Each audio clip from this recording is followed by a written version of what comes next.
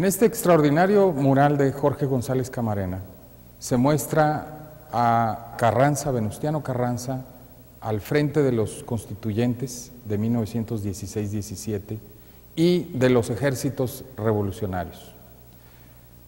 Es una alegoría de lo que finalmente sucedió durante la Revolución con la construcción de elementos adicionales del Estado laico.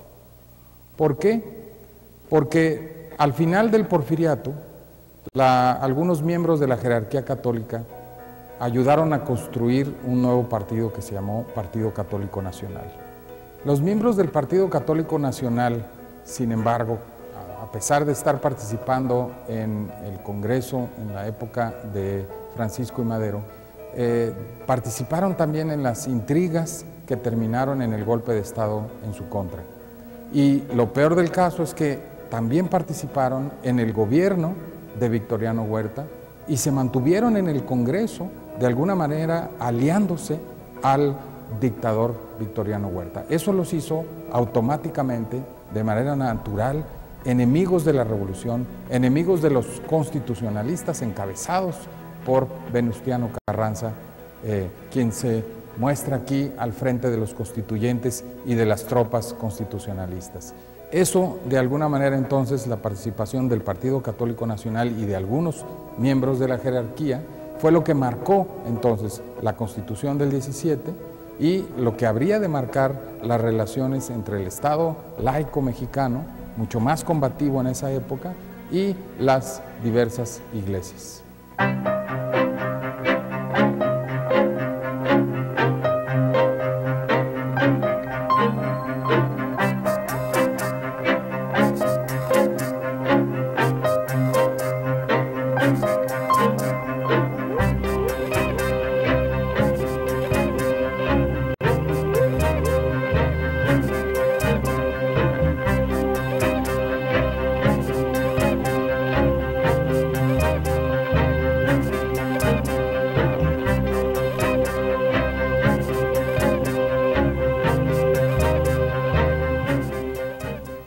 La tesis oficial del Estado mexicano es que el conflicto con la Iglesia había sido un conflicto político y no un conflicto religioso. Ahí están los factores que han operado a lo largo de la historia y ahí está la gran disputa por la nación. Esa disputa por la nación no está resuelta.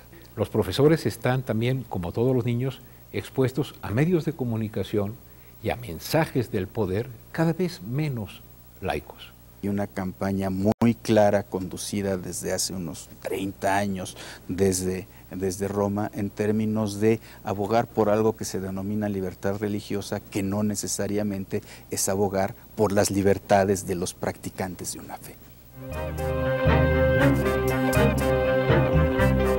La Iglesia y los grupos religiosos, los grupos, digamos, creyentes, que son numerosísimos, por supuesto, en México, nunca han sido una masa homogénea.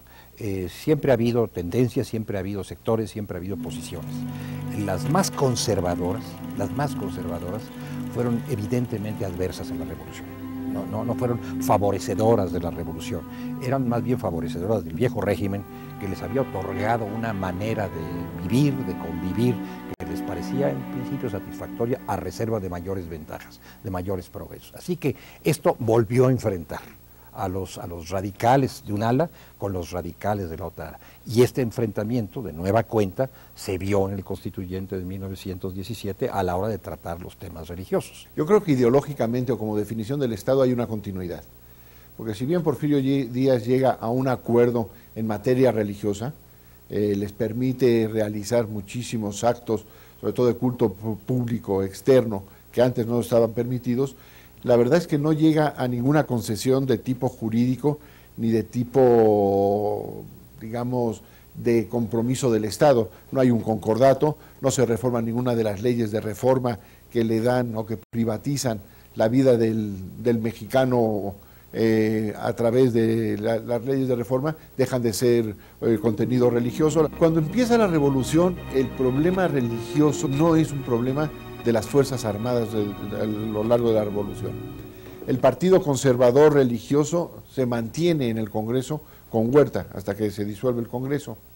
y será hasta la Constitución del 17 cuando se vuelven a tomar las posiciones anticlericales de la Constitución del 57 y de las leyes de reforma, reafirmando el carácter laico del Estado mexicano y la separación total de Iglesia y Estado y las limitaciones para los ministros de las iglesias de participar en política y en la vida social. Los constitucionalistas, en primer lugar, eliminaron cualquier posibilidad de que los católicos participaran en el Congreso Constituyente, y la misma Constitución del 17 entonces proclamó la desaparición jurídica de las iglesias, proclamó su incapacidad para tener propiedades, declaró también, estableció la no posibilidad de escuelas católicas o regidas por administraciones eclesiales, e incluso estableció la imposibilidad de que hubiera partidos con referencias confesionales, es decir, la imposibilidad de un partido católico o un partido demócrata cristiano. Yo creo que fue muy importante que la Constitución de 1917 estableciera esas medidas anticlericales para fortalecer al nuevo Estado revolucionario, si es que novedad había. Y de lo que se trataba, creo yo, que era de fijar la autonomía del Estado en relación con la Iglesia como con cualquier otra corporación, y asimismo de hacer que la Iglesia aceptara la primacía del Estado en el gobierno de la sociedad. Pero la Iglesia no aceptó. La Iglesia no aceptó, la Iglesia emitió un documento oficial, el episcopado, rechazando la Constitución de 1917, lo hizo a 5 días de que se dio a conocer la Constitución, en el mismo mes de febrero, y con esta respuesta lo que hizo el episcopado fue colocarse al margen del nuevo orden revolucionario. Y la intervención política que había resurgido en la última época del porfirismo, ¿no?, por parte del clero. Pero solo en una parte del porfiriato, porque luego también en la época, en la última época de la Revolución Mexicana, que podemos decir hasta Portes Gil, se vuelve a otro acuerdo con la Iglesia, un acuerdo en cuanto a culto, la etapa de la cristiada o de la persecución religiosa o del conflicto con la Iglesia es el Obregón Calles prácticamente. Con Portes Gil se llega a otro entente en aspecto de prácticas religiosas, pero tampoco hay ninguna concesión en las injerencias de la Iglesia en los asuntos del Estado y en los asuntos de la vida política nacional. Los miembros del Congreso Constituyente aquí retratados provenían de distintas tendencias ideológicas. Muchos de ellos eran antiguos liberales que se habían formado en la época posterior a Juárez y que sin embargo había consolidado la ideología liberal en México. Otros se habían formado en el positivismo y consideraban también que era importante que la educación fuera científica y que se eliminara, digamos, todas las supersticiones religiosas. Y luego había los revolucionarios radicales que también querían eliminar cualquier intervención de la religión o de las iglesias en política. Esas tres tendencias se aglutinaron finalmente y le dieron paso a una serie de medidas dentro de la Constitución de 1917 que habrían de limitar de manera definitiva, decidida, el poder de las iglesias, sobre todo el poder político. A mí lo que me parece importante es que tomemos en cuenta que se trata de un conflicto político antes que propiamente religioso. Este va a ser uno de los temas de discusión en todos estos años, incluso en los años de la cristiada entre el 26 y el 29, y por lo menos hasta los años 80 del gobierno de Miguel de la Madrid. La tesis oficial del Estado mexicano es que el conflicto con la Iglesia había sido un conflicto político y no un conflicto religioso. Hay una estrechísima relación entre el Estado laico y el protestantismo. En primer lugar, porque de alguna manera el Estado laico surge a raíz de la necesidad de proteger la libertad religiosa, la libertad de conciencia de quienes pensaban distinto. Pero en el caso de México, ¿cómo se desarrolla esta relación? Es una relación sumamente interesante porque aquí no hay un Estado laico que abra los espacios religiosos, sino que desde el mundo religioso se va generando una idea de diversidad, una idea de que no puede existir un control claro, definitivo sobre lo que la gente siente, lo que la gente piensa y la forma en que la gente vive en conciencia su fe. Lo que pasa es que, por ejemplo, la Iglesia pudo haber visto esa migración como una agresión, como un intento de socavar la autoridad de la Iglesia, de la misma manera que en el siglo XIX se vio la expansión del protestantismo o las condiciones relativamente favorables que el gobierno prestaba a la instalación de protestantes en México como un intento de minar la autoridad de la Iglesia Católica. Entonces todo era leído como parte de esa ofensiva. Hay que decir que la legislación anticlerical de la Constitución del 17, por lo menos hasta 1992, sí le daba al Estado la posibilidad de intervenir en el funcionamiento interno de la Iglesia. O sea, no era únicamente que hubiera prohibiciones, sino hay que pensar cuáles eran las consecuencias para la Iglesia de ciertas prohibiciones, desde luego la de la propiedad. Y está también el tema de la educación. En un país que en 1910 apenas el 8% de la población era alfabeta, quiere decir que el tema educativo era central. Y quizás parte del conflicto se centra en lo que se distinguió desde el 17 como la educación laica. ¿Es un tema central en estos debates? ¿Es lo que se está en juego de alguna manera? Yo creo que sí, esencialmente. En la Constitución del 16-17 desaparece la Secretaría de Instrucción Pública, la actividad educativa queda en los municipios y también en un poco de manera etérea. Hay que esperar hasta la llegada de Vasconcelos al gobierno con Obregón y fundar la Secretaría de Educación Pública, cuando el Estado retoma la obligación de la alfabetización del país. Pero también hay un cambio muy importante, y es que, por ejemplo, en relación con el artículo 3º, a diferencia de lo que establecía la Constitución del 57, ya no existe la libertad de enseñanza. En la Constitución del 17 el laicismo es obligatorio. Entonces, lo que es muy interesante es ver cómo los obispos, los miembros del episcopado, al reaccionar en contra de la Constitución del 17, reivindican la libertad de enseñanza y se acogen al liberalismo para defender sus derechos o lo que ellos consideran su derecho a impartir educación. Yo creo que ahí, digamos, tenemos un arranque fundamental en la redacción del artículo 3º en la Constitución del 17, en el que ya la expresión es que la educación será, digamos, laica, obligatoria y gratuita. Lo que es muy interesante es ver cómo los grupos protestantes se conforman justamente como un proyecto cultural que está asumiendo los valores de transformación de la sociedad, creación de ciudadanía, educación, participación igualitaria dentro de una toma de decisiones democrática, respeto a un orden e institucionalidad legal. Esos son valores laicos. Valores final, laicos, ¿no? Totalmente, sí. Ellos lo están sustentando en sus valores religiosos, pero la manera de plantearlos cuando dialogan con la sociedad es una manera laica. Esa es una cuestión que es muy, muy importante. A mi juicio, los valores de la escuela laica son, los diría muy claramente Durkheim, que está muy cercano a mitad del siglo XIX, finales del siglo XIX con los positivistas, son la solidaridad, la adhesión a los grupos sociales, el espíritu de disciplina y la autonomía de la voluntad. Esos tres dice que son los factores más importantes de una moral laica. Hay un fenómeno muy importante que es la guerra de los cristeros. La guerra de los cristeros va a tener un impacto no solo en el momento en que sucede, sino en las posteriores relaciones de ese Estado laico con el conjunto de las iglesias, ¿no?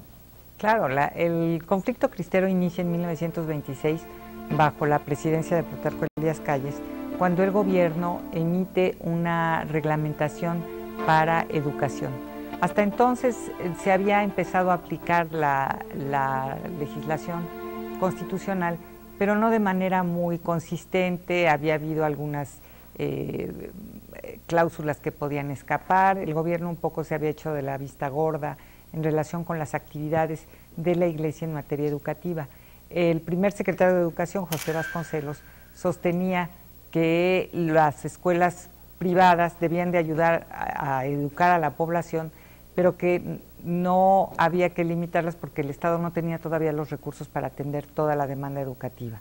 Sin embargo, confiaba en que la calidad de la educación pública iba a ser muy superior a la educación privada, de tal suerte que poco a poco la educación privada se iba a ver relegada. Entonces el gobierno del presidente Calles y la Cámara de Diputados de entonces votó un nuevo reglamento de educación pública que ya quiso poner en práctica el artículo 3º, cuyo ordenamiento establece que los ministros del culto no podrán impartir enseñanza primaria y tampoco entre obreros y campesinos. Decía José Vasconcelos en sus memorias, ya cuando él era un rabioso antiprotestante y antinorteamericano, que lamentaba haber contratado a muchos educadores protestantes cuando él estuvo en la Secretaría de Educación Pública, para que ayudaran a construir su proyecto. La época de Lázaro Cárdenas, 1938, en particular, es cuando, según los estudiosos, es cuando se gesta realmente un nuevo modus vivendi entre el Estado y la Iglesia. Y ese nuevo modus vivendi, en efecto, se basa en una visión nacionalista común y en una concesión de tolerancia por parte del Estado en materia religiosa y educativa hasta cierto punto, a cambio de una cesión absoluta en materia de control social por parte del Estado. Sin embargo, ese nuevo modus vivendi tiene referencias a etapas previas como la porfirista, en donde hubo una conciliación parecida. ¿Es una comparación válida esta o las circunstancias son distintas? No, yo creo que sí. Y yo creo que Porfirio Díaz lo percibe perfectamente y llega a un acuerdo con ellos, un acuerdo, como se dijo hace un momento, muy acotado. Lo mismo pasa con Portes Gil cuando se regresa el culto a las iglesias del país, también es un acuerdo muy acotado, los obispos regresan, se empieza el culto, lo mismo hace el general Cárdenas. Con la diferencia, yo creo que el general Cárdenas, al darse cuenta que hay que llegar a ese acuerdo de funcionamiento, permite la llegada de otro tipo de religiones, aunque sean cristianas, al país. Todas las escuelas de verano del sureste es cuando empiezan a tener un ímpetu, sin una protección, un permiso amplio en el país y también vía todo el indigenismo, una permisión de cierto tipo de catequización de otras iglesias o de otras doctrinas que, si bien son cristianas, no están dentro de la estructura católica. Hay que recordar que el gobierno de Cárdenas en el 36 enfrentó lo que muchos pensaron que sería una nueva cristiada, nuevamente por el tema educativo, porque el gobierno de Cárdenas intentó introducir una reforma, la educación socialista, y esto provocó reacciones muy violentas y muy apasionadas, sobre todo en el campo, aunque también en la ciudad. Que en realidad la educación se había aprobado desde el 34, ¿no? Desde el 34, pero no se pone en práctica sino hasta el 36, y ya hay una reorganización de muchos pequeños grupos armados que intentan recoger la causa de la cristiada. En el 38, sin embargo, efectivamente hay una reconciliación que no es muy explícita, pero poco a poco va evolucionando en el sentido en que se establece en 1929. O sea, los acuerdos del 29 un poco en lo que consisten es en que el Estado no modifica la legislación, pero tampoco la va a aplicar. Luego viene, bueno, el intento cardenista de la educación socialista, y hay que esperar hasta Ávila Camacho con la definición del artículo 3º actual, esencialmente, aunque luego haya tenido algunas modificaciones. Ahora, en los años siguientes, en las décadas siguientes, en los 50s y 60s, hay una marca, una doble marca de esta iglesia que también se relaciona con este Estado laico, que es, por un lado, hay un antiprotestantismo furioso, y por otro lado hay un anticomunismo también que se va construyendo a un lado de, digamos, o en medio de la propia Guerra Fría, ¿no? Bueno, no solo eso, la iglesia en México se vuelve el vehículo de la Guerra Fría, porque en México la verdad es que la presencia comunista era muy tenue, no era realmente importante, estaban muy aislados y tenían una fuerza, bueno, no tenían ninguna fuerza. Sin embargo, la iglesia promueve mucho la campaña anticomunista y en eso se vuelve uno de los agentes más efectivos del Vaticano, porque hay que recordar que el Vaticano de Pío XII es un actor muy presente en el conflicto de la Guerra Fría y en el combate al comunismo. Entonces la Iglesia mexicana toma como suya como propia la causa del anticomunismo y tiene el apoyo pleno del Vaticano. En 1992, el presidente Carlos Salinas de Gortari lanza una iniciativa que ya había anunciado en 88 y en 91 finalmente envía una iniciativa para reformar estos artículos. ¿Cuál es el sentido de estas reformas?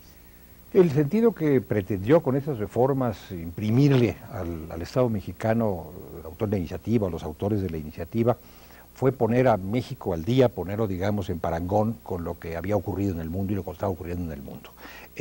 Dejemos esta guerra en paz, vamos a acabar con ella, vamos a reentendernos, vamos a reinterpretar nuestro modo de tratarnos a la luz de la circunstancia terminal del siglo XX. Ya no estamos en 1917, ya no estamos en 1920, tampoco en 1929. Démosle claridad y transparencia a este modus vivendi que hemos organizado. Fue una concesión del Estado. No había una presión social de la magnitud que hubiera obligado al Estado a conceder eso. La gente no es que la gente lo estuviera pidiendo. No lo estaba pidiendo. Mucho menos la clase política. En absoluto. No la clase política del partido dominante en aquel momento, ni las clases políticas de los partidos de oposición. Yo creo que ni si acaso en algún partido de corte confesional a lo mejor, pero de todas formas no hubo una presión social para eso. Lo que ha sido muy interesante en los últimos años es ver cómo desde que llegó Vicente Fox al poder, la causa cristera, o al menos el recuerdo de la causa cristera, ha reaparecido, ha florecido entre los panistas de esos estados, que siguen considerando que fueron muy maltratados y que la historia no les ha hecho justicia. No podemos olvidar que Vicente Fox hablaba prácticamente con fórmulas cristeras cuando asumió la presidencia de la República, la actitud que asumió cuando tomó el crucifijo que una de sus hijas le ofreció el día de la toma de posesión y prácticamente con un gesto de que decía estamos de regreso, era una reivindicación de la causa cristera. Quizás la clase política más local, más de los estados, tiene menos instrumentos, digamos, ideológicos, de información incluso, acerca de su papel en la defensa del Estado laico y la garantía de libertades civiles, ¿no? Con las visitas papales que ha habido, la Iglesia Católica se vuelca, hace unas manifestaciones de poder social evidente para decir aquí estamos, y con una finalidad que yo creo que lo tienen perfectamente pensado. Ellos no aceptan el status quo actual, ni aceptan las reformas legales que se realizaron en los años 70, sino quieren recuperar cada vez más. Y bueno, son los medios de comunicación y van por la educación y van por una posibilidad de influir cada vez más en la sociedad. Ahí están los factores que han operado a lo largo de la historia y ahí está la gran disputa por la nación. Esa disputa por la nación no está resuelta. Y como parte de la disputa por la nación figura la definición del Estado laico, y no solamente la definición constitucional, sino el ejercicio cotidiano político y social del laicismo en México. Me parece que la mística de construcción del Estado posrevolucionario ya no está.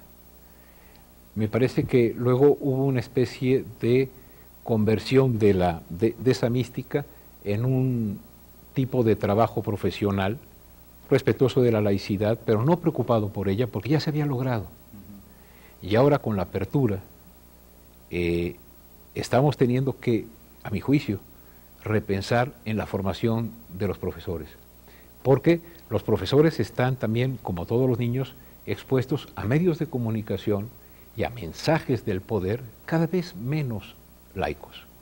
Yo cada vez escucho más en la televisión los gracias a Dios, los funcionarios diciendo, bueno, esperemos que Dios nos ayude para que no pase por aquí el huracán, cosas que antes no ocurrían. Y en consecuencia que tenemos que pensar en que toda esta reflexión de el civismo, los valores, etcétera, tiene que pasar por una formación de los profesores sumamente delicada. No es trivial lo que estamos viviendo. Me queda claro que de cualquier manera el mundo protestante evangélico es muy diverso y que hay iglesias que son mucho más favorables y, digamos, proclives a la defensa del Estado laico, mientras que hay otros que están cuestionándolo porque hay una redefinición en sus programas y sus estructuras y en sus definiciones. Yo diría que las dos cosas que dices son ciertas.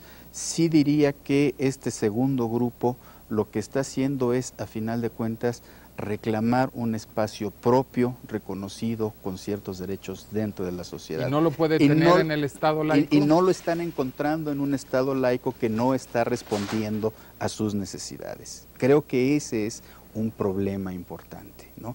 Y si no están encontrando las respuestas a lo que necesitan, bueno, pues se van a tomar de lo que se ve como más inmediato, como más obvio, y aquí tendríamos que recordar que hay una campaña muy clara, conducida desde hace unos 30 años, desde Roma, en términos de abogar por algo que se denomina libertad religiosa, que no necesariamente es abogar por las libertades de los practicantes de una fe. Y tan que fue un error político, que a partir de ese momento el activismo político de la Iglesia es desenfrenado y siempre quiere más. Y en este momento tienen planteado una reforma constitucional que le llaman por la libertad religiosa, que es otra vez regresar a aspectos que están superados. Otra vez quieren influir tremendamente en la política de México y apoderarse de aspectos importantísimos. Y claro, que el Estado les dé dinero, que subsidie su obra social. No, pues para eso está el Estado. Ellos deben dedicarse a su obra religiosa. Pero la Iglesia Católica no es la única culpable de cómo estamos. La clase política de México, de todos los partidos, tiene una gran responsabilidad. Porque no le han sabido decir no. Respete la Constitución, todo el día violan la Constitución y realmente gozan de un fuero eclesiástico, no desde el punto de vista jurídico, pero sí desde el punto de vista de la realidad. Y el Estado laico es una solución. Yo creo que además el Estado laico va en consonancia con las transformaciones de la sociedad. La sociedad mexicana tolera mal la intervención política de los religiosos, la sociedad mexicana tolera mal el deseo de la Iglesia de normar su vida privada, sus comportamientos. Y yo creo que esto es algo que la Iglesia debe tomar en cuenta si es que va a enfrentar los desafíos que enfrenta la Iglesia Católica, no solo en México, sino en todo el mundo en el siglo XXI, que es el desafío de una secularización generalizada o de una espiritualidad individualizada que no parece requerir de una iglesia como intermediaria, de un sacerdote como intermediario entre el individuo y Dios.